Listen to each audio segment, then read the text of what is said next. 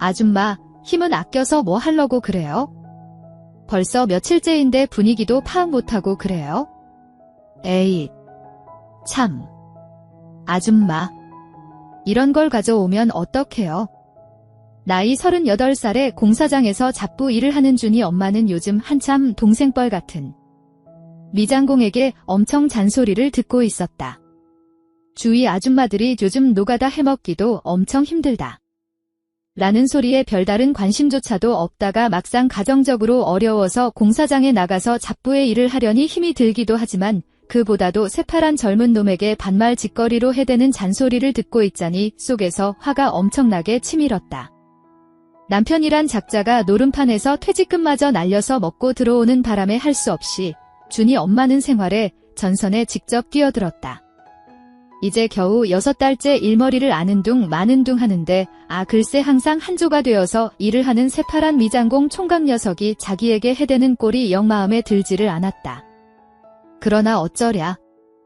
나이살도 몇 살 쳐 먹지 않은 녀석이 미장공이 뭐 그리 대단한지 마치 자기를 하녀 부리듯이 하였다. 한 번씩 그 녀석이 소리라도 치는 날에는 가슴이 벌렁벌렁하면서 온몸이 후들거리는 것이었다. 공사장에서 일을 마치고 집으로 돌아오면서 공사장에서 함께 잡부의 일을 하는 아줌마에게 준이 엄마가 넌지시 물었다. 아줌마도 일을 할 때 잔소리 많이 들어요? 나 참 기가 막혀서 때려치우고 싶다니까요. 준이 엄마가 열을 받아 막 떠벌리고 있으니까 아이고. 준이 엄마, 까짓 미장공 하나를 못 휘어잡아서 야단을 맞아? 머리를 써라 머리를. 머리를 쓰라니. 아줌마, 어떤 머리를? 준이 엄마가 아무런 영문도 모른 채 맹하니 묻자 아줌마는 그것도 모르느냐는 듯이 물끄러미 준이 엄마를 쳐다보다가 이내 준이 엄마의 귀에다 대고는 살짝 말을 해주었다. 그 순간 준이 엄마의 얼굴이 발갛게 상기가 되어 할 말을 잃은 채 놀란 눈으로 상대방 아줌마의 얼굴을 한참 동안이나 말없이 쳐다보았다. 그렇지. 내일은 내가 맛있는 음식을 좀 만들어서 싸들고 가야겠다. 다음날 준이 엄마는 도시락에 계란말이, 김밥이랑 새우튀김이랑 요리를 좀 신경을 써서 가지고 갔다. 아유. 총각, 우리 조금 쉬면서 이것 좀 먹고 일해요? 호호, 준이 엄마의 친절한 안내 멘트에도 미장공 녀석은 고개도 돌리지 않은 채 겨눈질로 힐끗 보면서 말했다. 뭐, 쉬어요. 이제 일을 시작했는데? 일하기 싫으면 아줌마 혼자서 쉬어요. 이 싸가지 없는 놈. 누나 같은 여자가 좀 쉬면서 김밥을 먹자고 하면 얼른 고맙다고 하면서 처먹을 것이지. 준이 엄마가 마음속으로 미장공 녀석을 향하여 한참 욕을 하고 있는데 옆 칸에서 일을 하고 있던 아줌마와 미장공 아저씨가 찾아왔다.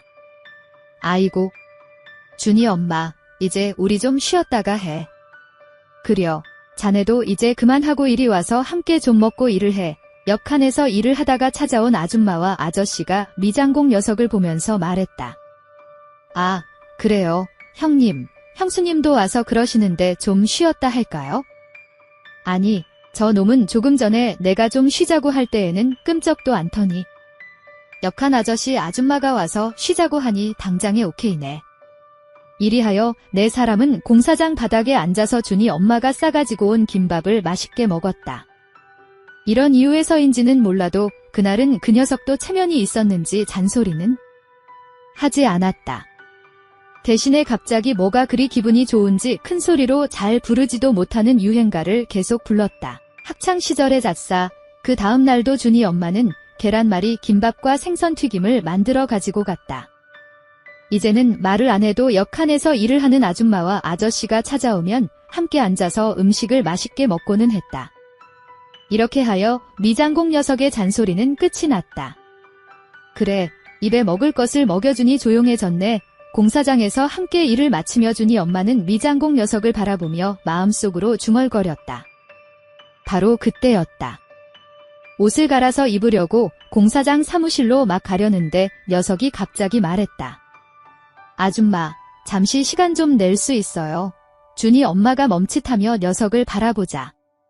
아, 별 뜻은 없고 모처럼 아줌마에게 저녁 식사를 사주고 싶어서. 저 놈이 왜 그래? 영 오늘은 딴판이네. 준이 엄마는 녀석을 잠시 바라보다가 이내 대답했다. 아, 그러지요. 뭐, 옷을 갈아입은 준이 엄마는 녀석의 세피와 승용차를 함께 타고 시내의 번화가에 있는 음식점으로 갔다. 모처럼 녀석과 함께 준이 엄마는 식당에서 돼지 삼겹살을 상추에 싸서 먹으며 출출하던 참에 맛있게 잘 먹었다. 둘이서 저녁을 먹고서 집으로 돌아오는 길에 글쎄 녀석이 갑자기 자동차 드라이버를 하자며 차를 시외로 몰아서 나갔다. 어쩔 수 없이 저녁도 얻은 먹은 김에 냉정하게 뿌리치지도 못하고 녀석이 하자는 대로 준이 엄마는 말없이 그대로 있었다. 한참을 달리던 녀석이 갑자기 기렵에 차를 세우더니 휴대폰으로 통화를 했다. 아, 형님, 저녁을 다 먹었으면 얼른 형수님과 빨리 달려 안 오고 뭐하고 계시오. 우리는 저녁을 벌써 다 먹고 그리로 가는 길인데 통화하는 목소리를 들으니 바로 같은 공사장에서 일하는 아저씨의 목소리였다. 통화를 끝낸 녀석은 옆에 앉은 준이 엄마를 보면서 아주 기분이 좋은 목소리로 말했다. 뭐, 이왕 저녁을 사주는 것, 아예 영화까지 보여주려고 하는데 싫다고는? 안 하겠지요? 아니, 뭐, 영화까지 보여준다고. 아니, 오늘 이 녀석이 영 이상하네. 준이 엄마는 내심 이상한 마음이 순간 스쳐 지나갔지만 뭐, 까짓것 신경 쓸 것은 없다는 생각이 들었다. 한참을 달려서 시외에 있는 야외 자동차 극장에 도착했다. 입구에서 차를 세우고 한참을 기다리니 코란도 차를 탄 아저씨와 아주머니가 왔다. 그리하여 네 사람은 자동차 전용 극장 안으로 들어갔다. 얼마 후에 영화가 시작되자 차 안에 틀어놓은 카스테레오에서 음성이 흘러서 나왔다. 차창 밖으로 보이는 스크린을 보니 배용준이와 전도연이가 나오는 스캔들이었다. 영화가 처음에는 이조시대에 대한 풍경이 나오더니 점차 남녀의 은밀한 비밀스런 장면이 공공연하게 등장을 했다.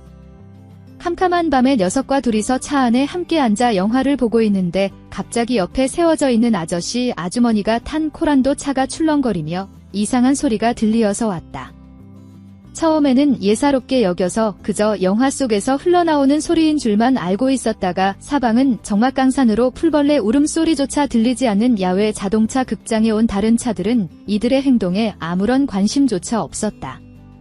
한쪽 구석에 세워진 차 안에서 들려오는 소리를 녀석과 함께 계속 듣고서 있으니 준이 엄마의 가슴은 콩닥콩닥 뛰면서 어쩔 줄을 몰랐다. 저, 아줌마, 우리.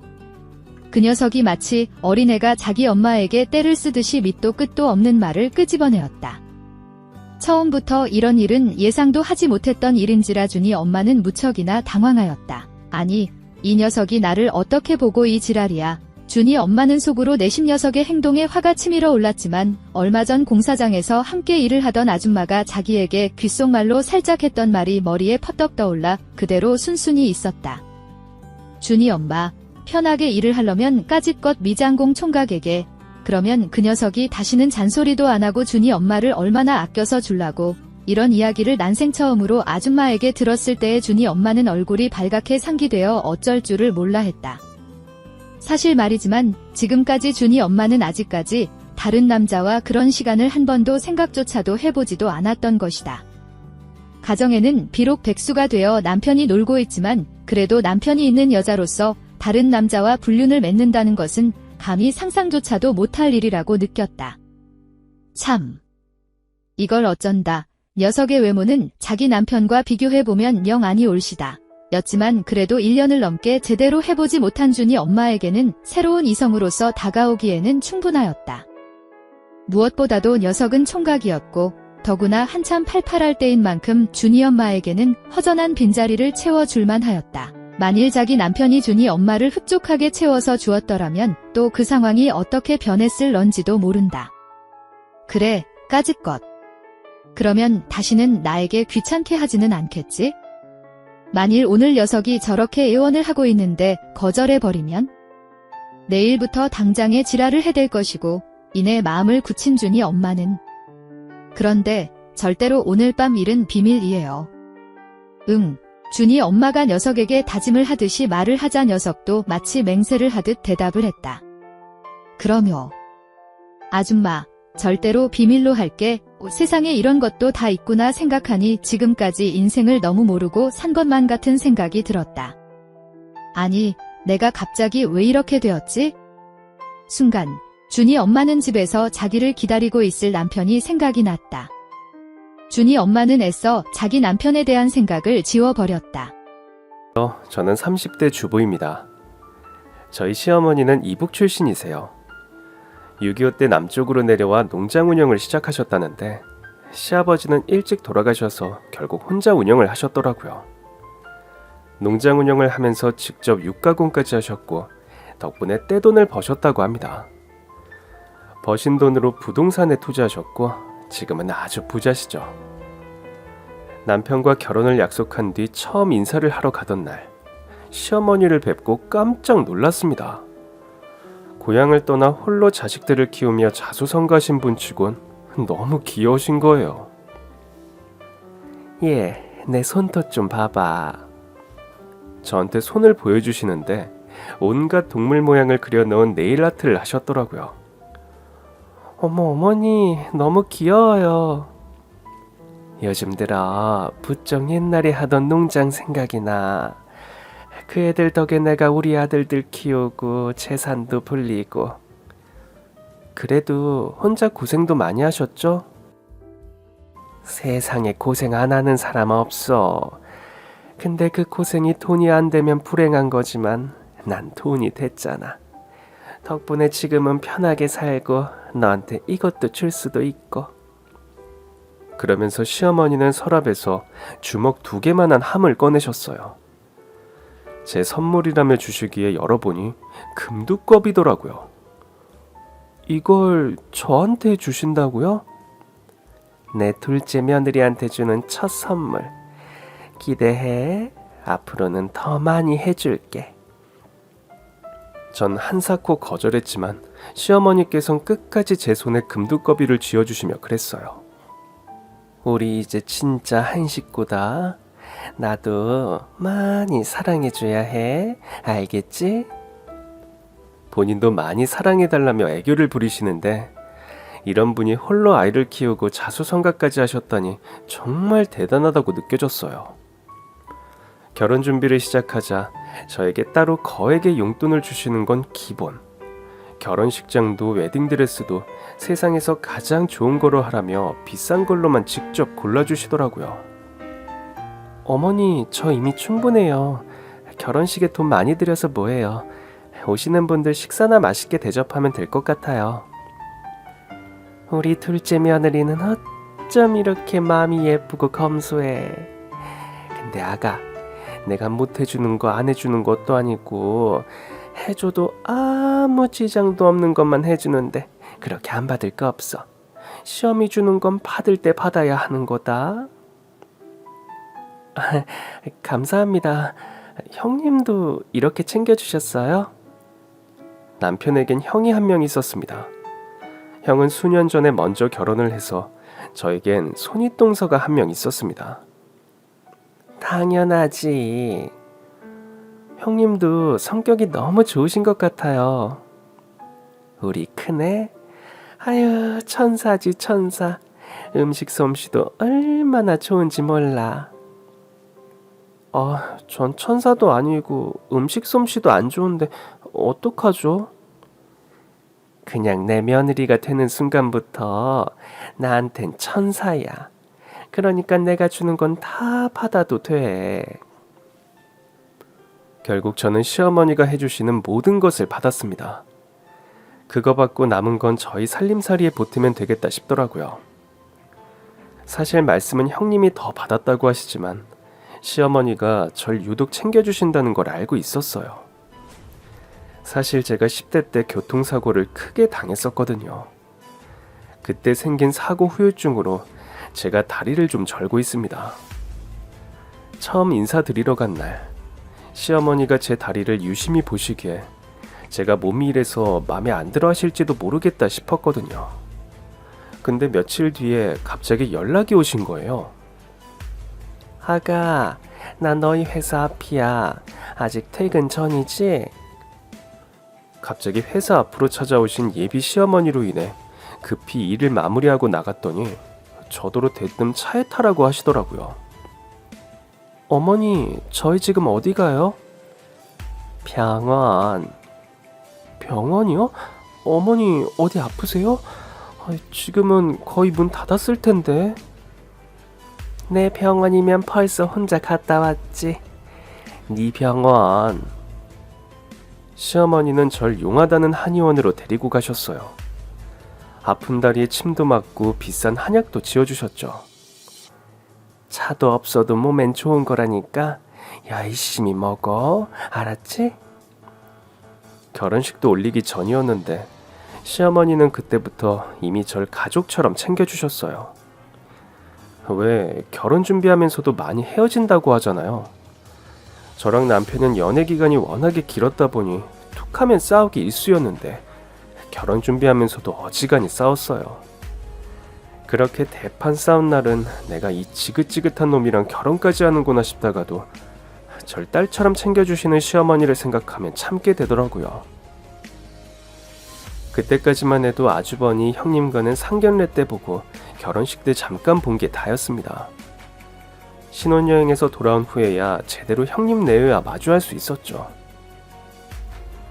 앞으로 잘 부탁해. 내가 먼저 결혼만 했지 부족한 게 많아. 어머님이 그러시던데요. 형님이 정말 천사라고. 뭐? 아유 정말 우리 어머니도 참 못 말려. 정말 그래 보여요. 근데 어떻게 이 음식을 다 혼자 장만하셨어요? 신혼여행을 마치고 돌아온 저희 부부를 환영해준다며 형님은 대게부터 소갈비찜, 잡채, 전까지 모두 직접 하셨다는 거예요. 음식이 얼마나 정갈한지 사실 신랑이랑 오기 전에 이것저것 많이 주워 먹어 밥 생각이 없었는데 밥이 그냥 들어가더라고요. 앞으로도 먹고 싶은 거 있으면 다 해줄게. 동서가 어머니한테 그렇게 잘한다며? 우리 어머니야말로 천사신가 봐요. 다 칭찬만 하고 다니시는 것 같아요. 제가 첫인사 온 날부터 금두꺼비도 주시고. 어머, 동서한텐 첫인사 온 날 주셨어? 난 결혼하자마자 주셨는데. 어머님이 처음부터 동서가 너무 예쁘셨나 보다. 그냥 제가 다리도 좀 불편하고 하니까 그걸 안쓰러워하시는 것 같아요. 어머, 그러게. 교통사고로 그렇게 됐다며? 네, 덕분에 많은 게 바뀌었죠. 그때를 생각하면 지금도 한숨이 납니다. 버스 전복 사고로 다리가 전복된 차 아래 깔렸는데 겨우 신경도 살리고 근육과 뼈도 붙였지만 후유증이 남고 만 거죠. 병원에선 다리를 자르지 않은 게 기적이라고 할 정도로 아주 심각한 사고였어요. 결혼 후에도 제 다리 때문인지 어머니와 형님은 절 부엌에도 못 들어오게 하셨습니다. 오래 서 있으면 다리 아프고 허리도 아플 거라며 자꾸만 앉아서 쉬라고 하시는 거예요. 그런데 막내가 돼서 어떻게 혼자 쉬겠어요. 어떻게든 도우려고도 했는데 결국 시어머니와 형님의 손에 붙잡혀 나와 안마 의자에 갇히는 게 일상이었습니다. 큰애야, 이거 좀 눌러봐. 아휴, 이거 어떻게 해야 못 나오지? 제가 해볼게요, 어머니. 동서, 30분은 안마 의자가 동서를 안 놔줄 거니까 그냥 안마 받고 가만히 있어. 알겠지? 그렇게 두 분의 협동작전으로 저는 매번 일도 못하고 안마 의자에 잡혀있는 신세가 됐고 두 분이 맛있게 차려주신 밥만 얻어먹는 처지가 됐습니다. 설거지라도 하겠다고 하면 형님의 불호령이 떨어졌어요. 여보, 서방님, 스탠드업. 흡사 사령관 같은 형님의 명령에 TV를 보던 두 남자는 자리에서 벌떡 일어났습니다. 다리 아픈 동서가 설거지 해야겠습니까? 지금 당장 가서 설거지를 시작합니다. 실시. 그러면 두 남자는 도망치듯 부엌으로 갔고 전 혹여나 시어머니가 불편하실까봐 눈치를 살폈는데요. 그러나 시어머니의 반응은 아유, 나이스다, 나이스. 우리 큰며느리 최고다. 시어머니와 형님은 쿵짝도 아주 잘 맞더라고요. 어디 그뿐이게요. 형님은 여행에 다녀올 때도 면세점에서 제가 좋아하는 향수며 립스틱을 꼭 사다 주셨고, 가족 행사가 있는 날은 늘 저보다 몇 시간 먼저 와서 제가 해야 할 일까지 미리 다 해놓으셨어요. 제가 너무 죄송해서 시어머니에게 하소연을 한 적도 있을 정도였습니다. 어머니, 제가 형님보다 나이도 어리고 손 아랫사람인데 형님이 다 하시니까 마음이 너무 안 편해요. 아가, 가족이란 게 원래 그런 거야. 너희 친정에서도 너무 잘 안 시키지? 뭐 그렇긴 한데 그래도 여기보단 안심해요.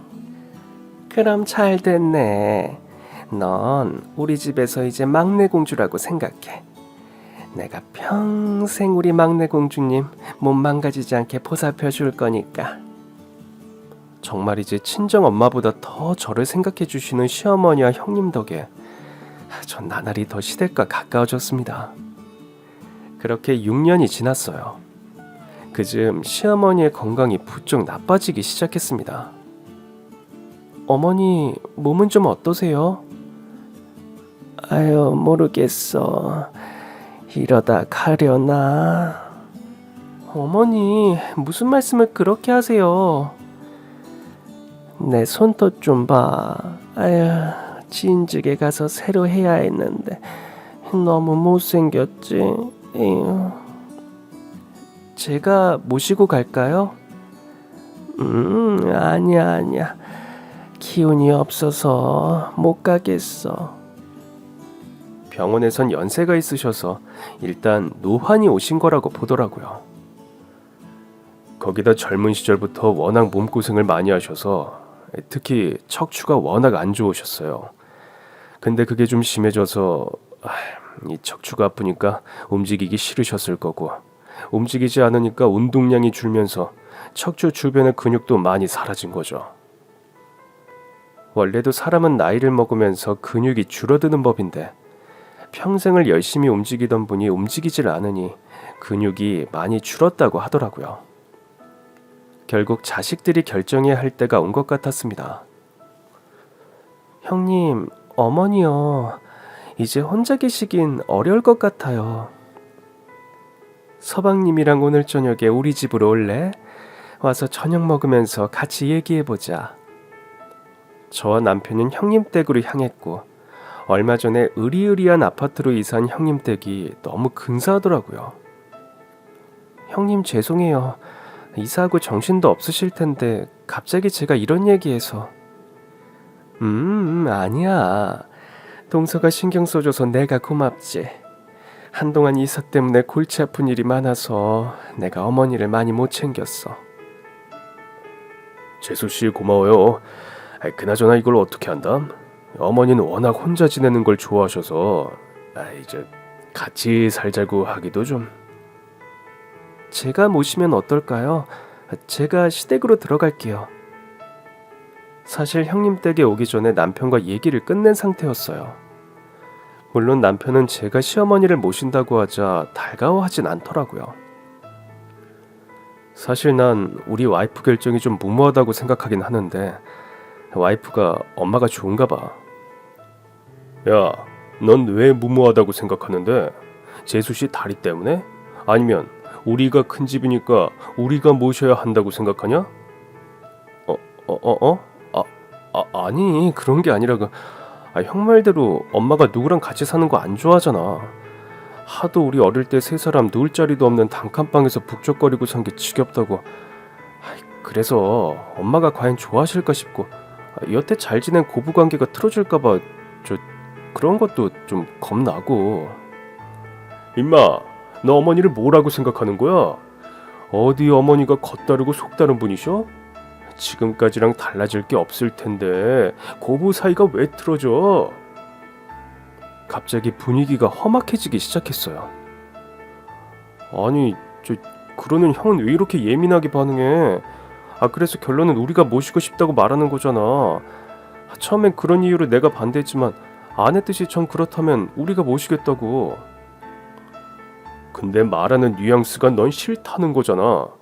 그런 마음으로 우리 어머니 모셔서 너 뭐하게 어떡할 거냐고.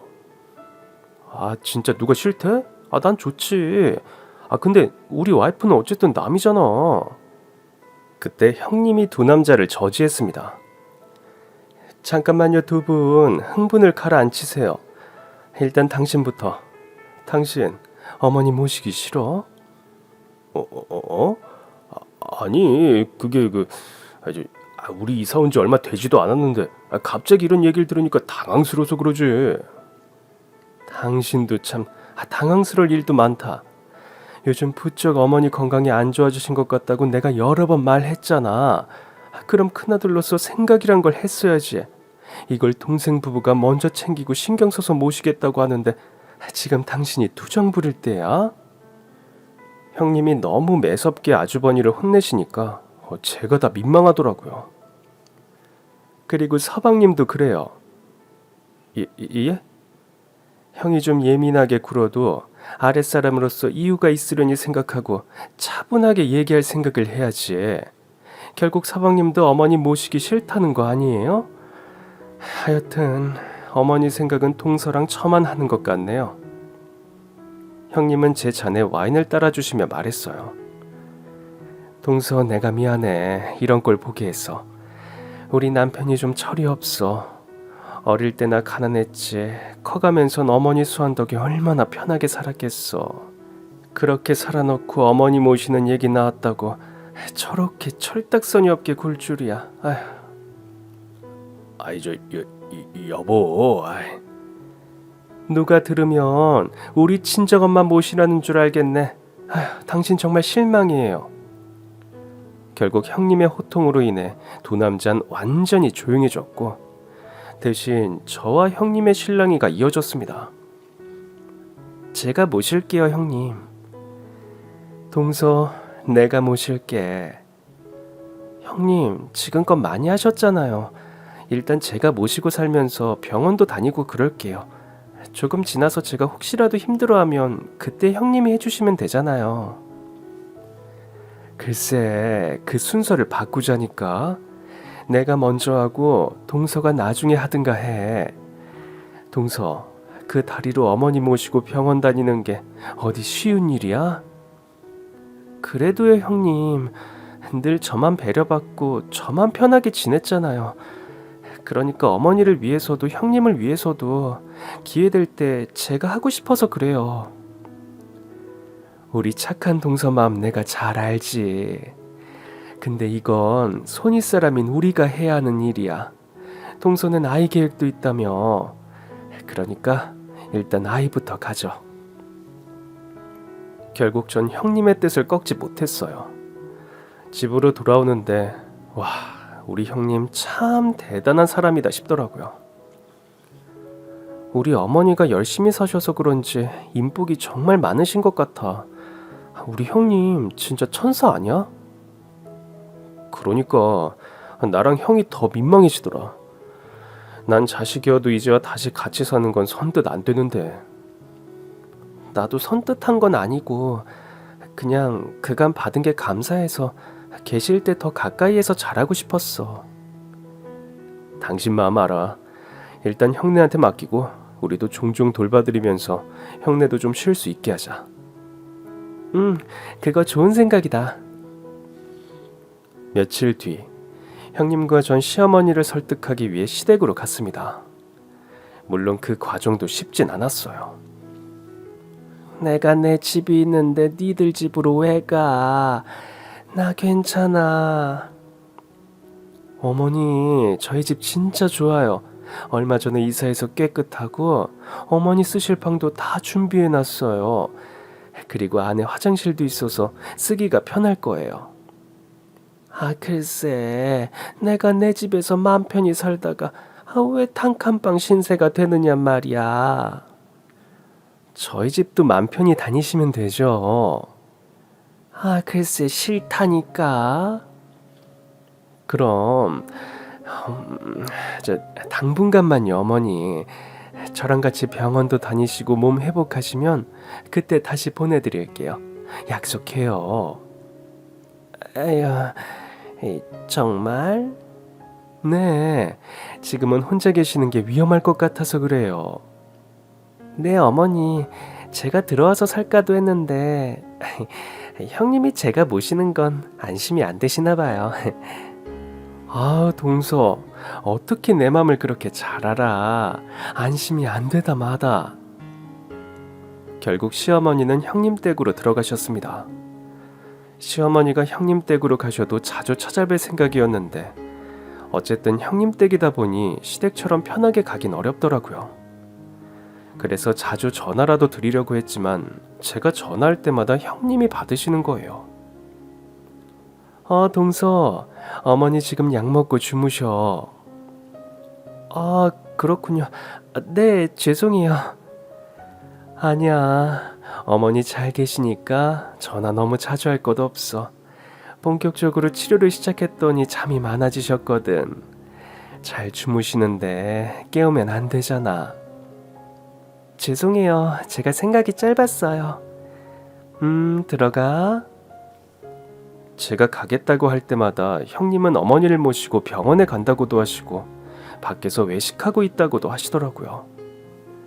이제 시어머니의 일상은 형님의 일상이기도 하구나 싶어서 받아들이기로 했죠. 그렇게 연락 빈도도 점차 줄일 수밖에 없었고 2주에 한 번 겨우 시어머니를 뵈러 갈 수 있었어요. 어머니, 저 왔어요. 처음엔 기력이 많이 없어 보여서 당황했어요. 거기다 갑자기 버럭 소리도 지르시는 거예요. 왜? 허공을 보며 소리치시는데 순간 덜컥 무섭더라고요. 혹시 치매가 오셨나 싶어서요. 그 모습을 보던 형님은 전보다 한참 어두워진 표정으로 그랬어요. 치료가 많이 힘드신가 봐. 그래도 어떻게 받아야지. 그러게요. 형님도 힘드시겠어요. 언제든 힘들면 말씀해 주세요. 며칠이라도 제가 모시고 있을게요. 아니야. 내가 어머니보다 힘들겠어? 나 진짜 괜찮아.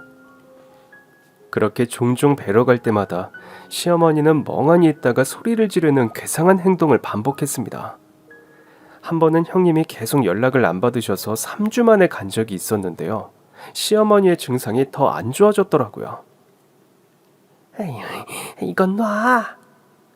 전에는 왜 하고 소리치던 말이 놔로 바뀌어 있었죠. 뭔가 이상해서 형님께 물었습니다. 형님, 혹시 어머니한테 무슨 일 있었어요? 마치 트라우마를 겪고 있는 사람처럼 보이지 않아요? 일은 무슨 일 전혀 없었는데 그냥 받기 싫은 치료를 계속 받다 보니까 싫어서 저러시는 거지. 아휴, 자꾸 어린애처럼 변하셔. 어떡해요. 형님도 힘드셔서 제가 당분간이라도 모시고 있는 건 어때요? 아유, 됐어. 고생은 한 사람만 하자. 어차피 할 고생이면 그냥 내가 다 할게. 결국 그날도 시어머니는 형님 댁에 두고 와야 했습니다. 그렇게 형님 댁에서 나오는데 왜 그렇게 발걸음이 무겁던지 엘리베이터를 기다리며 자꾸만 형님 댁 현관문을 돌아보니까 남편이 묻더라고요. 왜 그래? 어머니 말이야. 아무리 치료가 힘드셔도 그렇지 왜 저렇게 야위이신 거지? 정신도 온전하지 않으신 것 같고. 연세가 있으셔서 그런 거 아닐까? 치매가 좀 오신 걸 수도 있지. 어떡하지? 일단 형수님이 저렇게 완강하신데 우리가 끼어들기도 그렇고 좀 두고 보자. 그리고 또 2주가 지나 형님 댁에 들렀을 때였습니다. 왔어. 어머니는 방에 계셔. 저녁 먹고 갈래?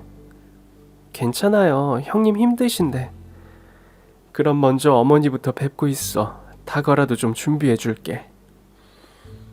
전 시어머니 방으로 조용히 들어갔어요. 잠든 어머니를 보는데 뼈만 남은 것처럼 앙상하신 거예요. 전 놀라서 부엌에 있는 형님에게 달려가 물었습니다. 어머니 왜 이러세요? 왜 이렇게 야이신 거예요? 요즘 치료가 힘들다고 식사를 잘 안 하려고 하셔서 내가 뭐라도 드시게 해보려고 했는데 그때마다 밥상 다 엎어버리시고 아휴 벌써 깨진 그릇만 수십 개야. 세상에 어떡하면 좋아. 전 다시 방으로 갔고 시어머니의 이마를 짚어보니 열도 있으시더라고요. 물수건이라도 만들어 와야겠다 싶어 자리에서 막 일어난 그때였습니다. 자는 줄만 알았던 시어머니가 내 손을 덥석 잡으시는 거예요. 어머니 일어나셨어요? 저예요, 둘째 며느리. 시어머니는 절 보며 갑자기 눈물을 흘렸습니다. 어머니, 무슨 일 있으세요? 나 좀 살려줘. 어머니, 저 알아보시겠어요? 아가, 나 좀 데려가줘. 시어머니는 그 말을 끝으로 다시 잠드셨어요. 하지만 그 눈빛이 아무래도 마음에 걸리더라고요.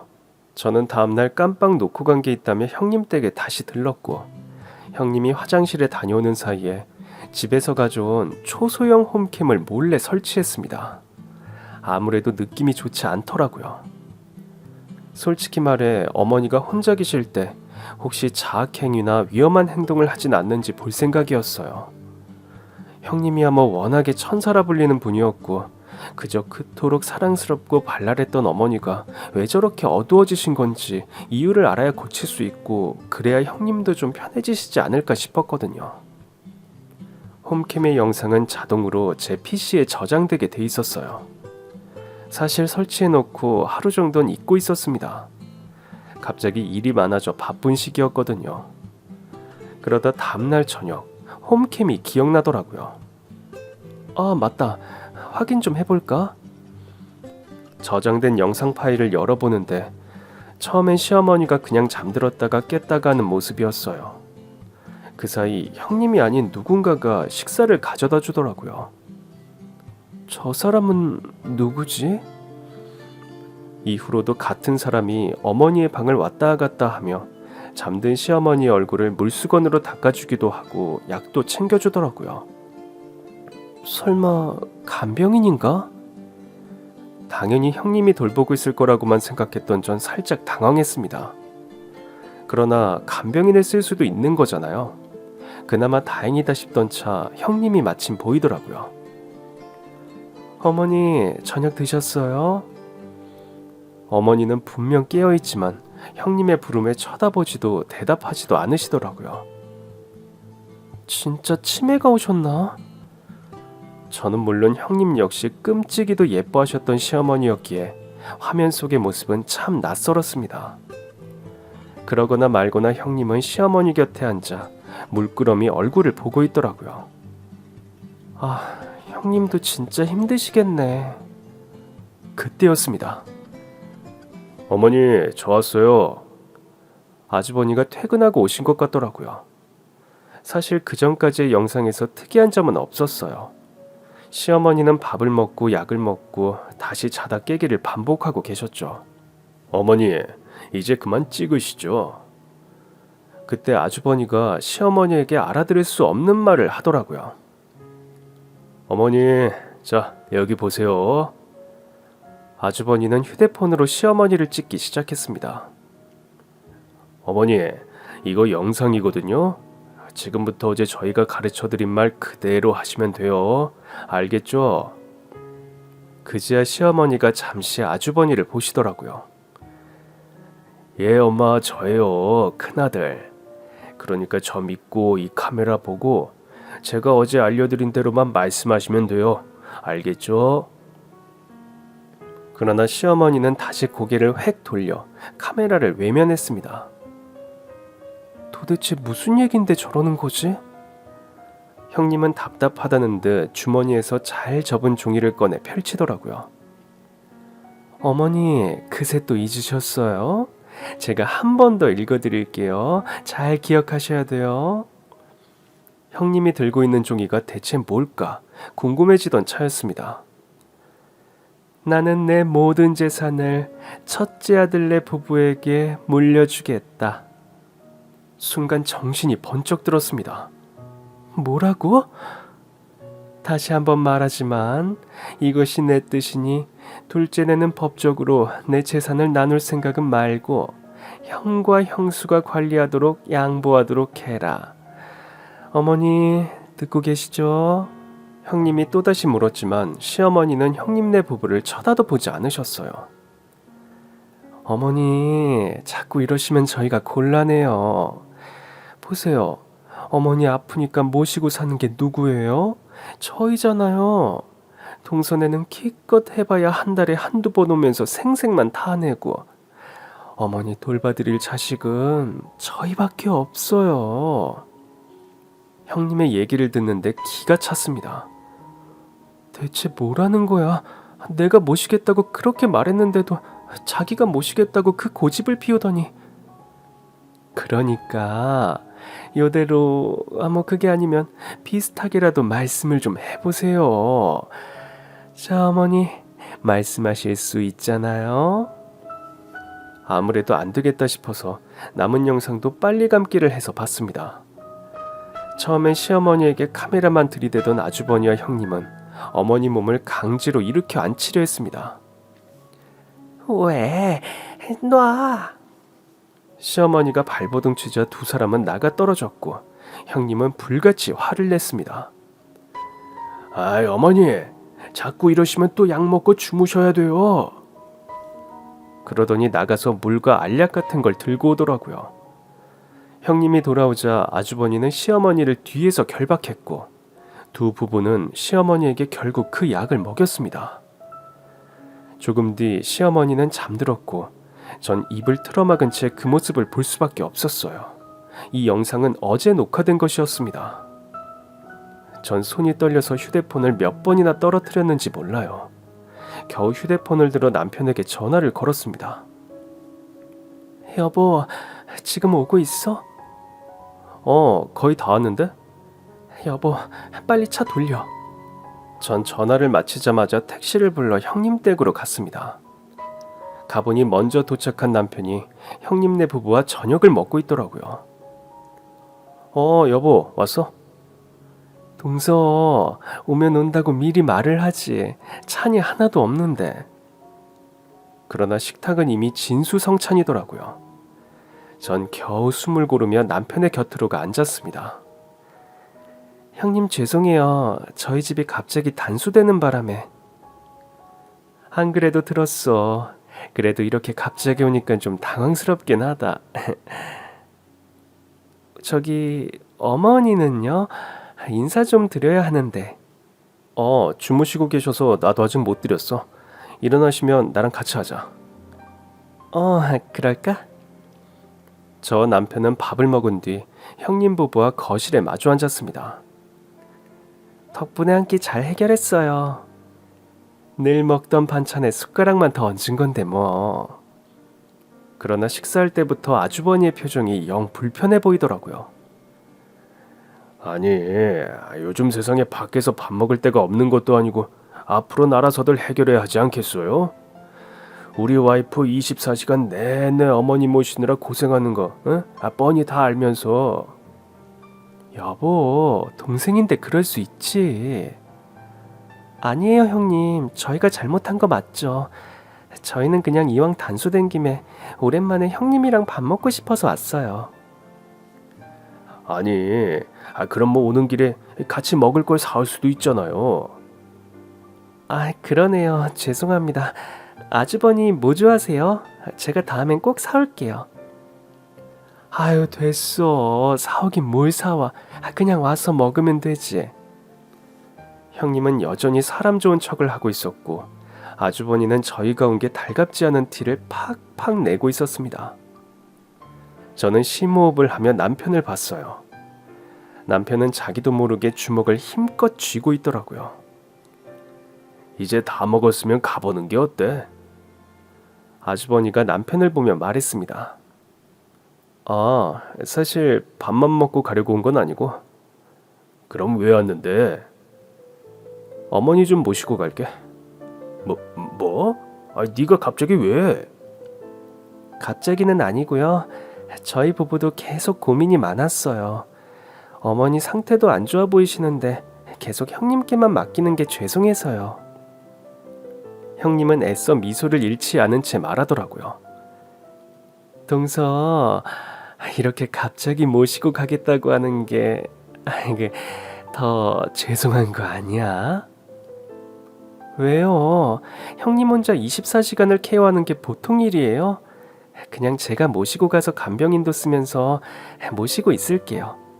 형님은 마음이 너무 천사셔서 간병인도 못 부르시잖아요. 당황한 건지 형님의 입술이 파르르르 떨리더라고요. 아니, 좀 그러면 이제부터 내가 부를게. 그러니까 동서랑 서방님은 더는 신경 쓸 거 없고. 그건 아니죠, 형수님. 네? 뭐가 아니에요?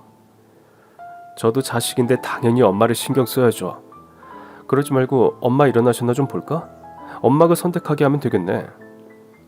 아, 이 자식이 진짜. 엄마가 지금 어디 정신이 온전하셔? 너 이러는 거 우리 못 믿는 것처럼 보인다. 우리가 지금껏 지긋정성으로 모셨는데 갑자기 왜들 이러는 거야? 일단 어머니 일어나셨는지 제가 보고 올게요. 그때였습니다. 형님이 제 손목을 덥석 잡더라고요. 동서, 내가 보고 올게. 그러실래요? 형님은 아주버니에게 눈짓을 하더니 시어머니의 방으로 향했습니다. 곧 아주버니도 쭈뼛쭈뼛 자리에서 일어나더라고요. 아유, 엄마가 일어나셨나? 에휴. 형님과 아주버니가 시어머니 방으로 들어갔고 저와 남편은 서로를 봤습니다. 사실 오는 길에 남편에게 홈캠 영상을 전송해줬어요. 여보, 빨리 차 돌려. 뭐? 나 다 왔다니까? 다 왔다는 남편에게 차를 돌려 형님 댁으로 가라고 했습니다. 내가 지금 폰으로 영상 하나 보내줄 테니까 형님 댁 도착해서 주차장에서 봐. 그리고 태연하게 가서 저녁부터 얻어먹고 있어. 나도 곧 갈 테니까. 나 갈 때까지 꼭 계속 태어난 척 있어야 돼. 알겠지? 저 대체 뭔데 그래? 남편은 어리둥절해하면서도 일단 전화를 끊었어요. 저도 택시를 잡아서 타고 가고 있는데 남편에게서 전화가 오더라고요. 여보, 이게 뭐야? 이거 진짜 형수랑 형이야? 나도 안 믿겨. 어제 어머니를 뵈러 갔는데 어머니가 내 손을 잡더니 살려달라고, 나 좀 데려가달라고 하시더라고. 그리고 이내 잠드시길래 처음엔 잠꼬대인가 싶었는데 아무래도 느낌이 이상한 거야. 그래서 형님 몰래 홈캠 하나 설치하고 왔거든. 근데 왜 그걸 이제 말해? 확실히 좀 알아보고 말하려고 했어. 무턱대고 말하면 당신 성격에 냅다 아주버니만 들이받을 것 같아서. 사돈 낱말한다. 당신은 뭐 아니고? 내가 뭐 차분하게 증거부터 수집했잖아. 둘 다 아주 빼도 박도 못하게. 진짜 미치겠네. 어떡하지? 이 두 년놈들을.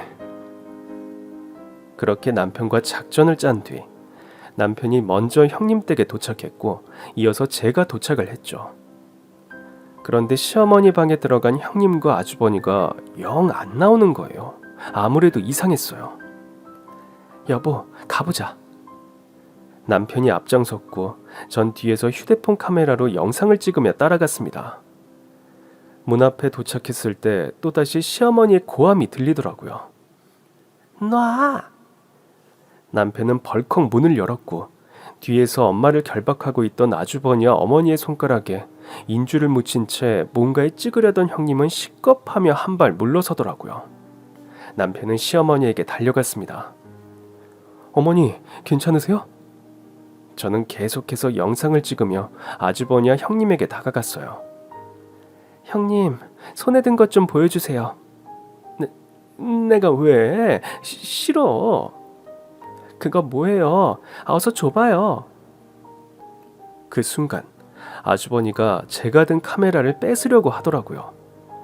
하지만 순식간에 남편의 날아차기로 아주버니를 쓰러뜨렸습니다. 여보, 좀 살살 하라니까. 그러다 뼈 부러지겠다. 아무래도 안 되겠기에 전 휴대폰을 한쪽에 거치한 뒤 직접 형님에게 다가갔습니다. 전 형님이 등 뒤에 감추고 있는 서류를 확인하려 했고 형님은 바닥에 주저앉으면서까지 서류를 숨기더라고요. 전 형님을 일으키려고 했습니다. 그런데 그때 형님이 갑자기 머리로 제 얼굴을 들이받으려고 하는 겁니다. 그 순간 저도 모르게 주먹이 날아가고 말았죠. 이게 어디서... 예! 제 주먹은 형님의 얼굴 정면으로가 그대로 꽂혔고 형님이 그 충격으로 다시 주저앉는데 코에서 코피가 흐르더라고요. 두 부부가 바닥에 나란히 주저앉아 있는데 아주 봐줄만 하더라고요. 그러나 아주버니는 포기하지 않고 또다시 남편에게 달려들었고 이번엔 날아차기에 주먹까지 갖다 꽂아버렸습니다. 아주버니는 방구석으로 날아가며 벽에 부딪힌 뒤 그대로 기절했습니다. 여보, 니들 뭐야? 니들 깡패야? 코피를 줄줄 흘리며 아주버니에게 기어가는 형님 꼴을 보는데 속에서 천불이 나더라고요. 그러면서도 저에게 그 서류를 안 뺏기려고 몸을 잔뜩 웅크리고 있기에 몸 좀 펴라고 허리를 세게 발로 차줬습니다. 에휴. 동시에 새우등이 활짝 펼쳐지듯 형님은 허리를 편 채 뒤로 꼬꾸라졌고 서류는 바람을 타고 낙엽이 굴러오듯 저희 쪽으로 굴러오더라고요. 서류를 본 저와 남편은 함께 기함했습니다. 영상으로 안 되니까 아예 유언장을 조작했네. 그러니까 어머니의 전 재산을 형네 부부에게 상속한다. 남편은 시어머니를 보며 물었어요. 엄마, 이게 엄마 뜻 맞아요? 시어머니는 여전히 멍해 보였지만 있는 힘껏 고개를 저었습니다. 아니야. 절대 아니야. 남편은 형님 내를 보며 말했습니다. 들었죠? 어머니가 하시는 말씀. 이거 지금 강요한 거 맞죠? 그 순간 형님이 잽싸게 제 휴대폰을 들고 가더라고요. 증거 있어요? 그러면서 방금 찍은 영상을 황급히 지웠습니다. 증거 있죠?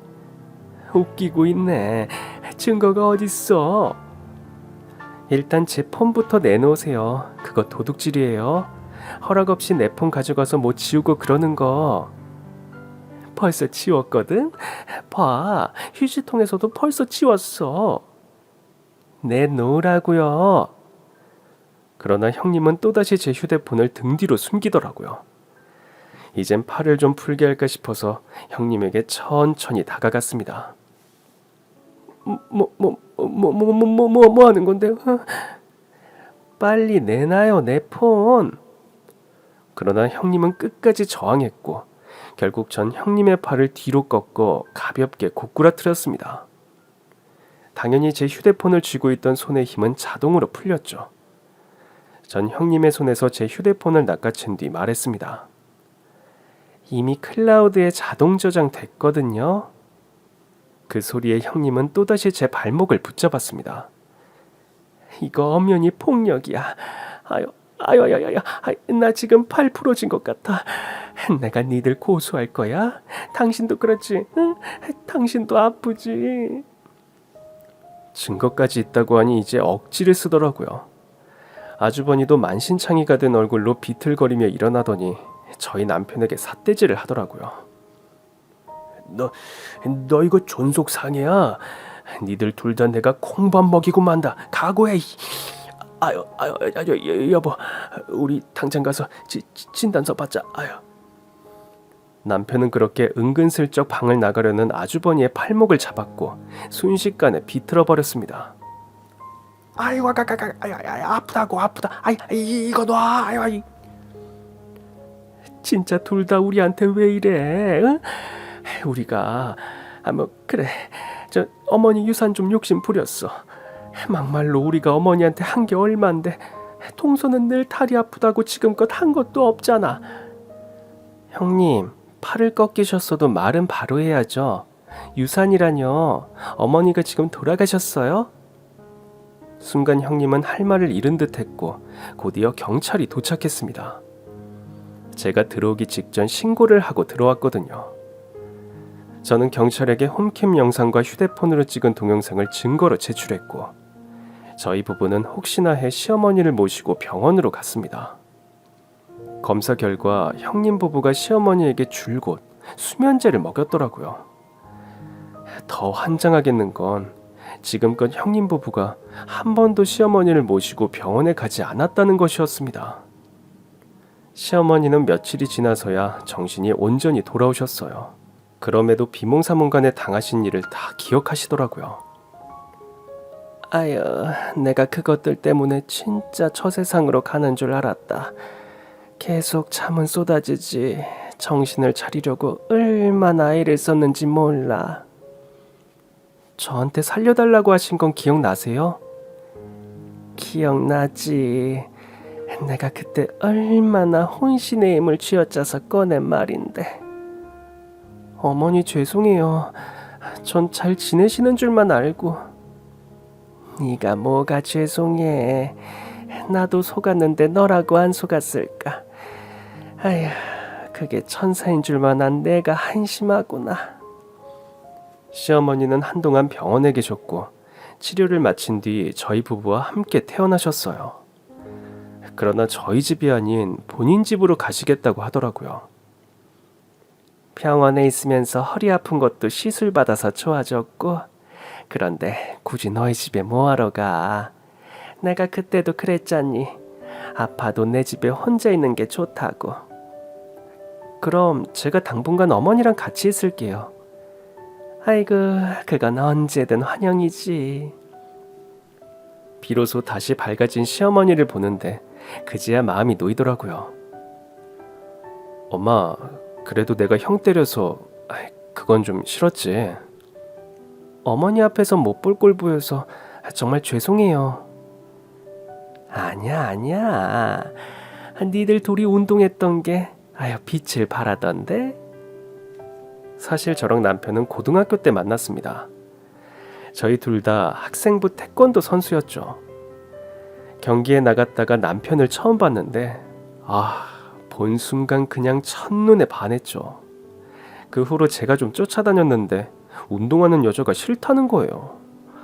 그래서 제가 너무 자존심이 상해서 이 남자를 들어가지고 바닥에 꽂아버렸거든요. 그랬더니 그 다음부터 자꾸 연락이 오는 거예요. 나중에 들어보니까 그 순간 저한테 반했다고 하더라고요. 이렇게 기술 좋은 여자는 처음 봤다나? 그런데 다 같이 지방으로 합숙을 하러 가던 버스가 전복되면서 전 부상과 함께 선수 생활을 마칠 수밖에 없었고, 남편은 큰 부상이 없었는데도 저를 따라 같이 은퇴를 해버리더라고요. 저 없는 선수 생활은 하고 싶지 않다면서요. 그때 남편의 선택 때문에 제가 이 남자한테 평생 붙잡힌 거죠. 아주 속이 다 시원하더라. 더 패주지 그랬어. 뭐 하나 부러뜨렸어도 난 눈 하나 깜짝 안 했을 거다. 잘못을 했으면 혼이 나야지. 에휴, 어쩌다 내 아들이 그런 필요먹을 생각을 하게 된 건지. 내가 그놈의 자식 감옥에서 나와도 평생을 빌어먹기 살게 할 거야.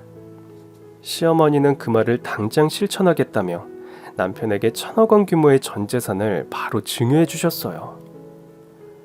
내가 변호사랑 얘기를 해보니까 어차피 첫째 나한테 강박으로 유언장을 작성하게 했기 때문에 민법 1004조에 의해서 상속 결격 사유에 해당한대.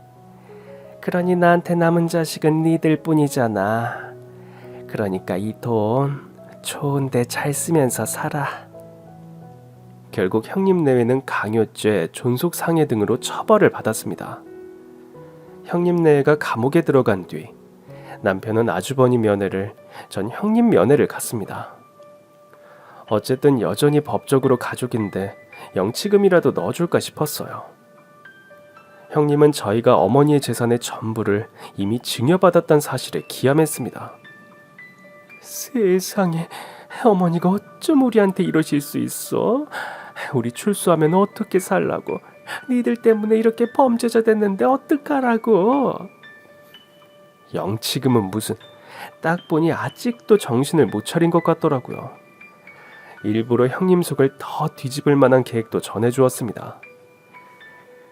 그중 절반은 어머니 이름으로 기부할 거고 절반으론 재단 설립해서 장학사업을 할 생각이에요. 뭐? 다들 미친 거 아니야? 어머니가 그 재산을 어떻게 일구셨는데 겨우 남들 좋은 데 쓴다고? 겨우 형님네 부부 좋은 데 쓰는 것보단 낫겠죠. 처음엔 불같이 화를 내던 형님도 제 뜻이 꺾일 것 같지 않자 애원하기 시작했습니다. 동서, 솔직히 동서도 어머니 재산을 다 그렇게 쓰고 싶진 않지. 막말로 서방님은 아들이지만 동서는 며느리잖아. 어머니가 증여도 다 서방님 앞으로 해주셨다며. 그래서요? 그러니까 한 100억만 빼돌리자. 그 중에 나 딱 20억, 아니 10억. 아니면 5억도 좋아. 내가 빼돌릴 수 있게 도와줄 테니까 수수료 준다 생각하고 조금만 줘, 응?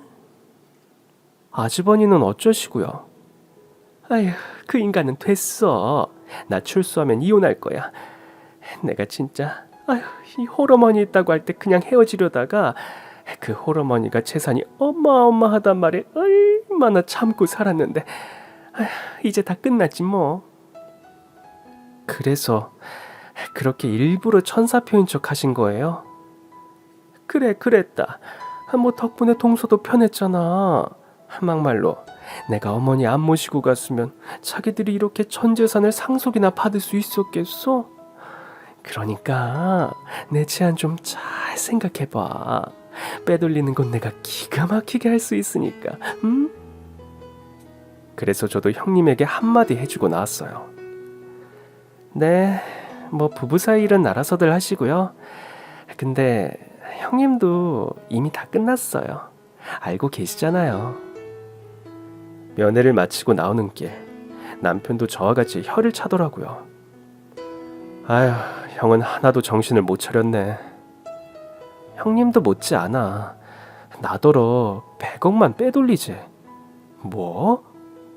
자기가 비재금 루트를 안다면서 어찌나 나한테 사정사정 하던지. 아휴. 저와 남편은 어이가 없어서 한참을 웃었습니다.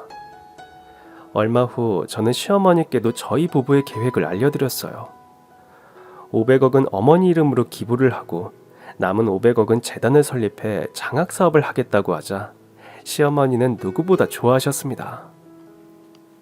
막말로 이제 니들 것이니 어떻게 쓰든 알아서야 하는 거지만 내가 어렵게 일군 재산을 어려운 사람들에게 쓸 생각을 다 하다니 니들 참 대단하다. 이러니 내가 전 재산을 줘도 아깝지가 않지. 그렇게 장학재단이 설립됐고 시어머니는 초대 이사장 자리에 오르셨어요. 재단 이사장이 되신 후로는 건강관리도 얼마나 열심히 하시던지 병원도 꾸준히 다니시고 운동도 하시면서 전보다 더 건강해졌습니다. 저와 남편은 이제 매일 아침 함께 장학재단으로 출근합니다. 재단이 설립된 걸 어떻게 알았는지 형님이 편지를 보내왔더라고요. 동서, 나 이혼 안 할게. 대신 출소하면 재단에 취업은 시켜줄 거지? 저는 어처구니가 없어서 그 편지를 제 장학재단 사무실 분쇄기에 파쇄해버렸습니다. 아마도 나와서 고생 꽤나 하겠죠. 그럼 지금까지 제 긴 사연 들어주셔서 정말 감사합니다. 오늘도 행복한 하루 되세요.